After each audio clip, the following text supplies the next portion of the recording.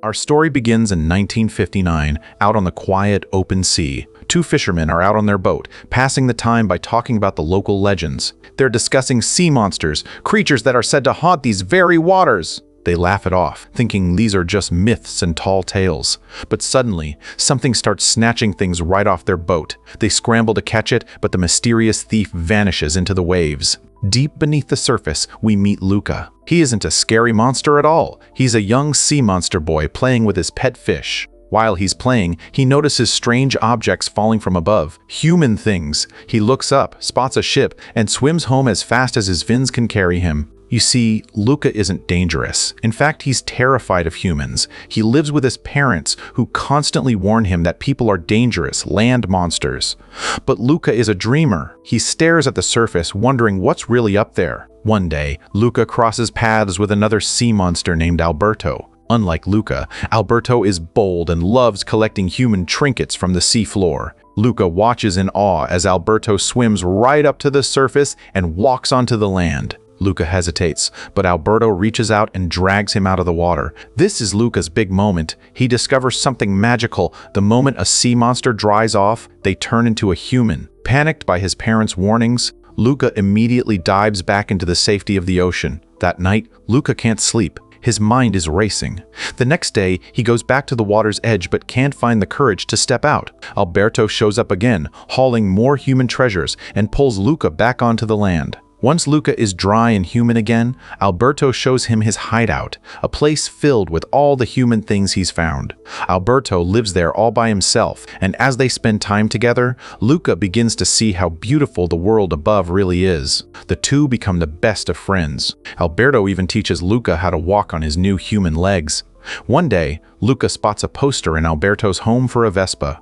Alberto tells him it's the greatest human invention ever made, a machine that can take them anywhere in the whole world. Luca gets an idea. Why not build their own? They start a project, trying to cobble together a bike from scraps. It doesn't work at first, but they don't give up. They promise each other that one day they'll ride a real Vespa. But back underwater, Luca's parents find out he's been sneaking to the surface. Worried for his safety, they decide to send him to live in the deep, dark ocean with his uncle Ugo. A heartbroken Luca runs to Alberto, and Alberto comes up with a plan. They'll run away to a nearby human city called Porto Rosso. His parents will never find them there, and they can finally buy a real Vespa to see the world.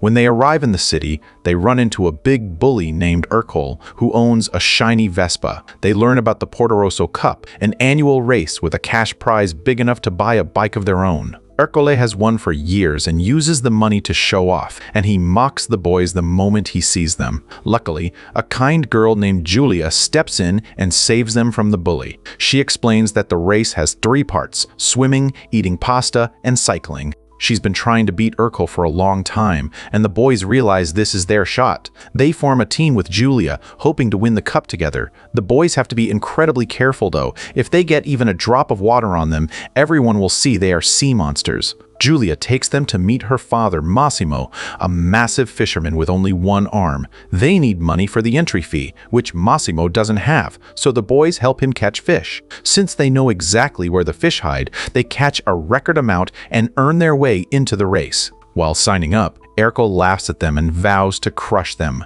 Meanwhile, Luca's parents have come to the city. They're going around spraying water on random kids, desperately trying to find their son. As the days go by, Julia helps Alberto practice eating pasta and helps Luca with his cycling. Luca and Julia start to become very close. She shows him her books and tells him all about school and the stars. Alberto starts to feel left out and jealous, feeling like Luca is choosing Julia over their dream. The tension breaks one day during practice. Luca's mother almost catches him, and he has to pedal away in a panic. Later, Luca asks Julia if he can go to school with her in the winter. This makes Alberto explode. He reminds Luca of their plan to travel the world on a Vespa. The argument gets heated, and Alberto intentionally jumps into the water to show Julia his true form. He asks bitterly if her school accepts monsters. Julia is terrified and confused. Luca, paralyzed by fear, hides his secret. He points at his best friend and pretends to be scared, acting like he didn't know Alberto was a monster. Ercole and his goons arrive and chase Alberto away. Luca feels sick to his stomach. He knows he just betrayed his best friend.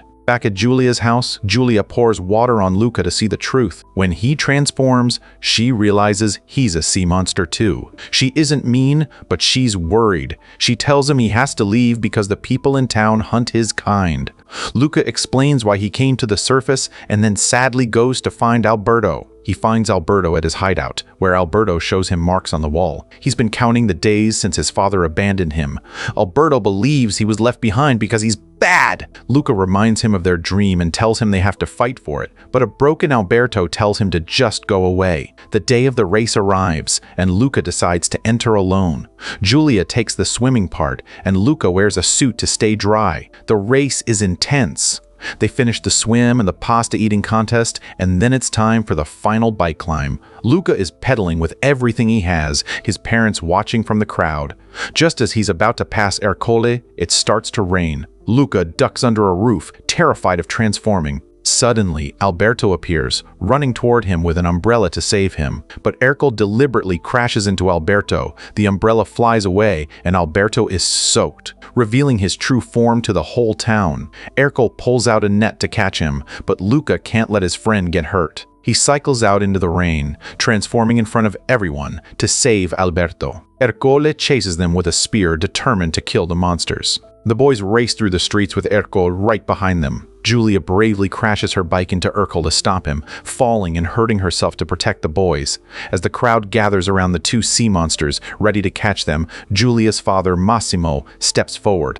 He looks at the boys and tells everyone, "These are my friends, and they won the race." Ercole's own friends are tired of his bullying and refuse to help him anymore. The town is silent until, slowly, other citizens reveal that they are sea monsters too. The humans realize there's nothing to fear, and they welcome the monsters with open arms. With the prize money, the boys buy an old, beat-up Vespa and fix it up. It's their dream come true. But then, it's time for Giulia to head back to school. At the train station, Alberto gives Luca a surprise. A train ticket. He sold the Vespa to pay for Luca's school fees, so Luca could follow his new dream of learning. Luca's parents show up with his bag, finally realizing that their son belongs in the world above. Luca asks Alberto to come with him, but Alberto decides to stay behind and help Massimo. It's a tearful goodbye as the train pulls away. Luca sits by the window, sad but full of hope, as his dream of going to school finally comes true. The movie ends with Luca looking out at the world he once only dreamed of.